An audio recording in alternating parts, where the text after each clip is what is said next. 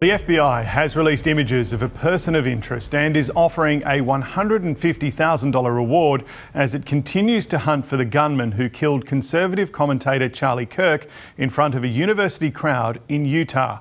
US investigators have found the bolt-action rifle that they believe was used in what US President Donald Trump has described as a heinous assassination. The President will award Mr Kirk the Presidential Medal of Freedom, the nation's highest civilian honour, as politicians cancel or postpone events amid security fears.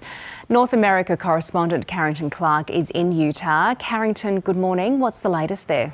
Yeah, well, it's been more than a day since Charlie Kirk was killed here at Utah Valley University by a single shot to his neck, and the FBI and other law enforcement authorities are still searching for the person responsible. Now, yes, there have been developments, including the recovery of that high-powered rifle, which they do believe was the weapon used in what has been described as a political assassination, but it does not appear that they have been able to identify the person responsible. They have released some relatively grainy images of what appears to be a young man who is fairly covered up. He's wearing a cap, he's wearing glasses, he's wearing a long-sleeve T-shirt, he's wearing jeans, and that might be encumbering the ability to use facial recognition software analysis in order to identify this person. So they are asking for the public's help, including offering the incentive of that $150,000 reward for information that leads to the apprehension of this suspect.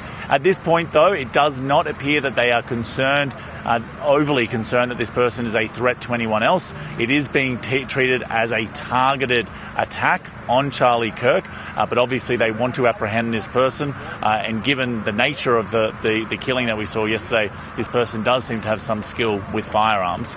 We have been here at the university here in Utah and meeting with some well-wishers. I can see some people walking in front of me now. Some are bringing down flowers, paying their respects to somebody who really was a conservative thought leader, somebody who was willing to go into university campuses to debate with people. I spoke to a young man a little earlier. He wasn't actually at yesterday's event, but his younger brother was. It does seem to have emotionally upset both his brother and him personally.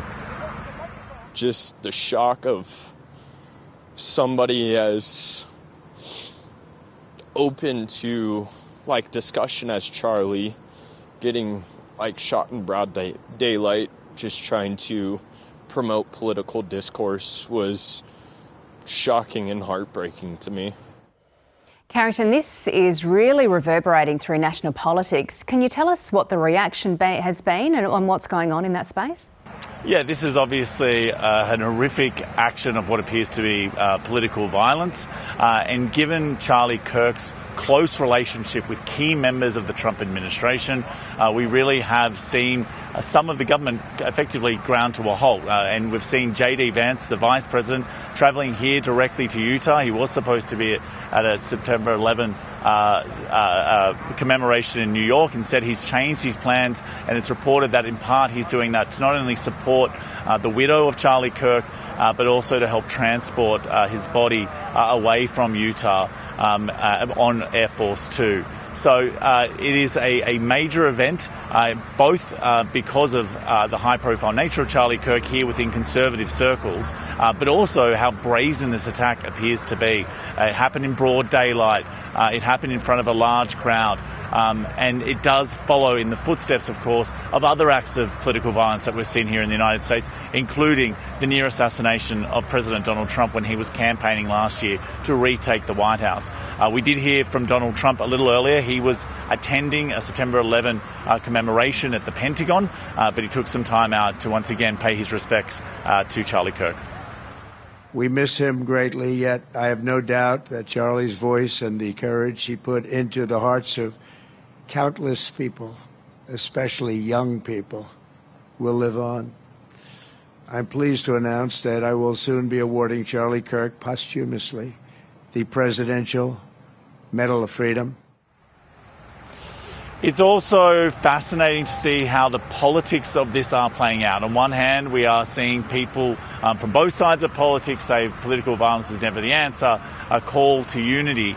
But we are seeing some suggestion that this might be seized upon Politically, a member of the Trump administration already indicating that they're looking at the social media posts of people here in America on visas, and if they think that they've had an inappropriate reaction to Charlie Kirk's death, that might work against them when it comes to their continued stay here in the United States. And that's obviously raised some concerns for people when it comes to the First Amendment, freedom of speech, etc.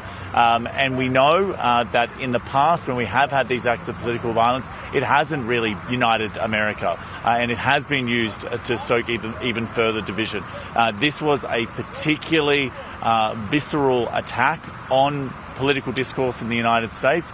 You would hope that there will be a type of national reckoning about what is behind this and how they can try and stop it occurring in the future. But obviously people are concerned of anything of this event being used in some way to affect people's ability to communicate freely and to express their own opinions.